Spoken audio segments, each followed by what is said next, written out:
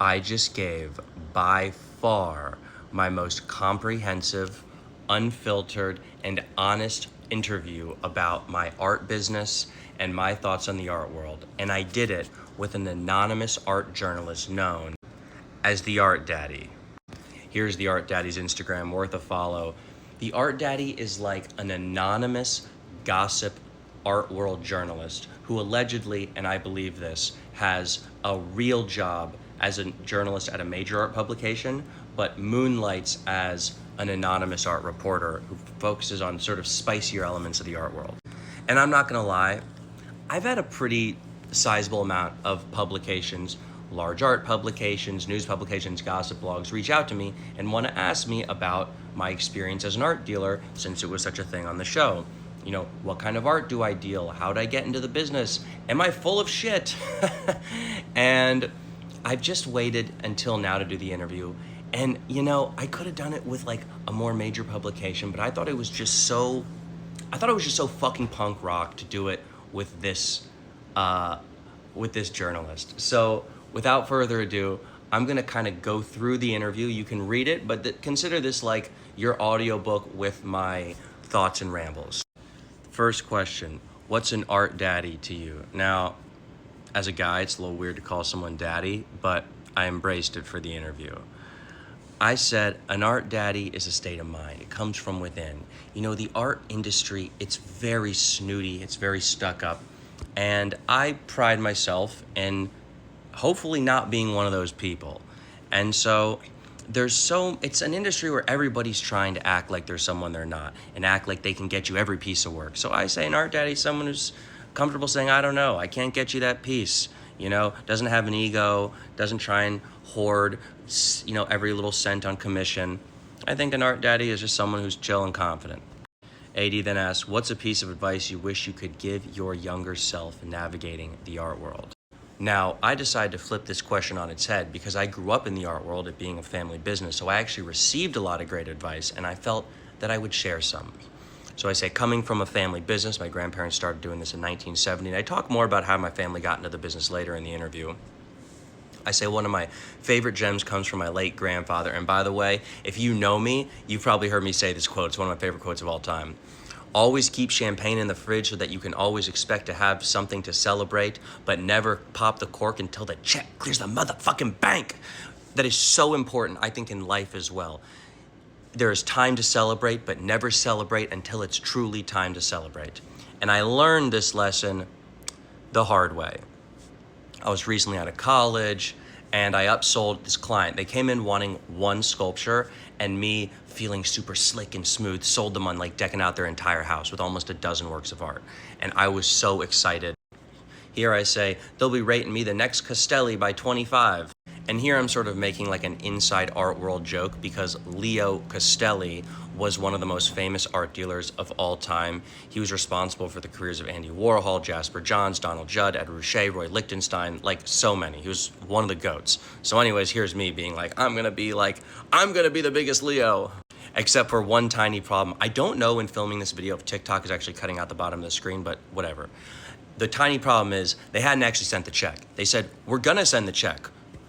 They'd said, sounds great, we'll send the check soon, let's talk on Monday and figure it out.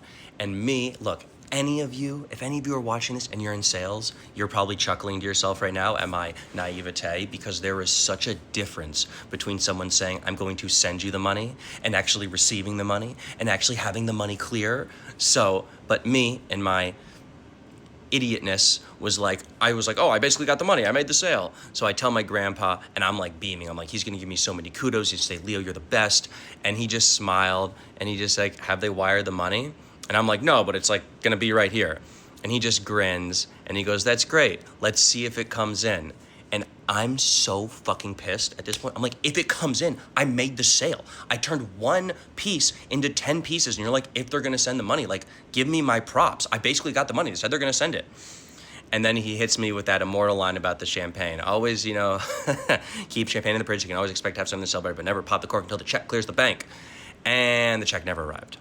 I called for weeks, ghosted me. And that's when I realized that's actually more common than making a sale in this business. That's more common than making a sale in most businesses. However, I did actually sell a few pieces to them like a year later, but I learned my lesson.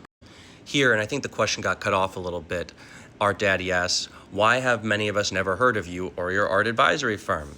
And it's fair. Many people have heard of me and many people haven't.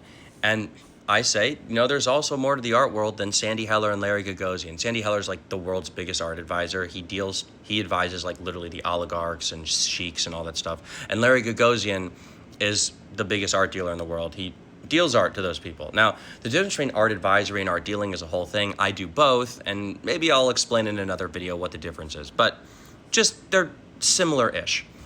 One's like dealing, one's like brokering.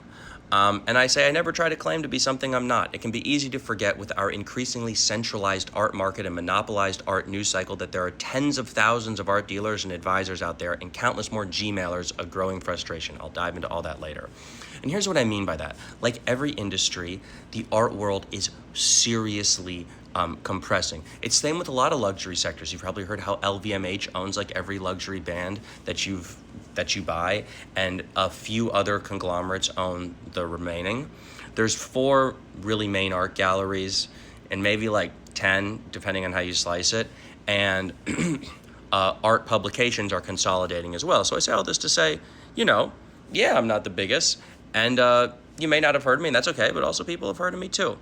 And also, I mentioned that, I'm New York based now, but I still do a lot of business in DC, where the business was founded and where the show was casted from. And DC values discretion. And I deal to a fair amount of political clients. And yeah, I deal to both sides of the aisle. You know what? They both buy art, sue me. What are you going to do? So I say maybe this has contributed to me flying under the radar as well, because I do a lot of stuff quite discreetly. And even my friends, honestly, are always like, what the fuck do you do every day? I can't say, sorry. We call it it's like an unofficial art dealing security clearance. But then I say, if you ask around, I think you'll find people know me. You'll find plenty of people that have done business with me. And that's why ultimately people are reaching out. And to me, my most important thing is that I make my clients happy and I put food on the table. And I say, and if you can do that in today's art market, Daddy, you can't complain. So the art market is not doing so hot right now. A lot of artworks are down. A lot of galleries are closing. Auction houses are losing money. And I say a lot to say that I'm very lucky that I'm still paying the bills. And that's what I mean. If you can do that in today's market, you're doing at least something halfway right. A bit about the family history.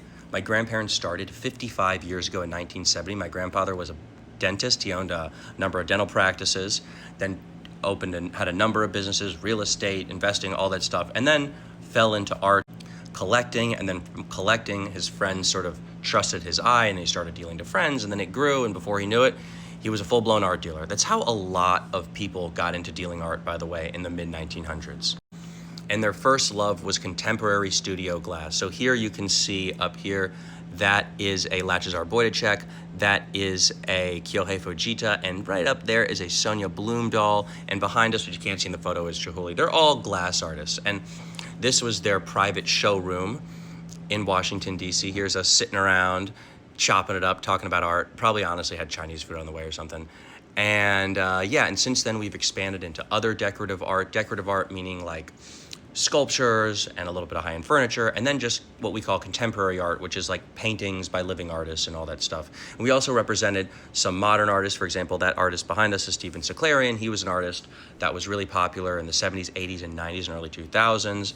We managed his estate, all sorts of stuff.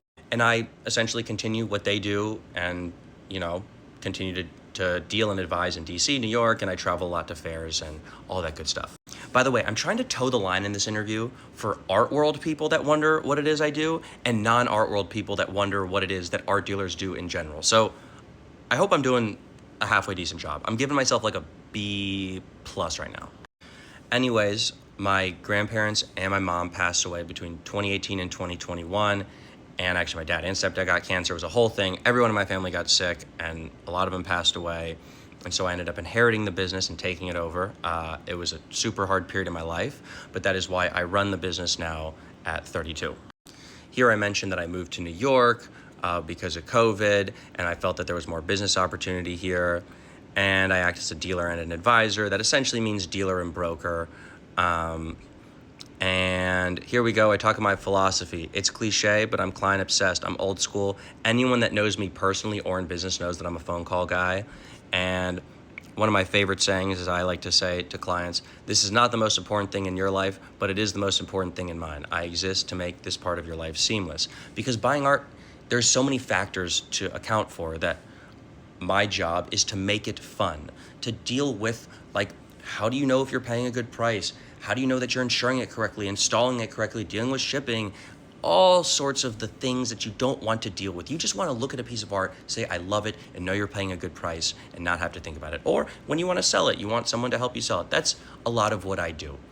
And so I try to be direct, hands-on, and zero fluff.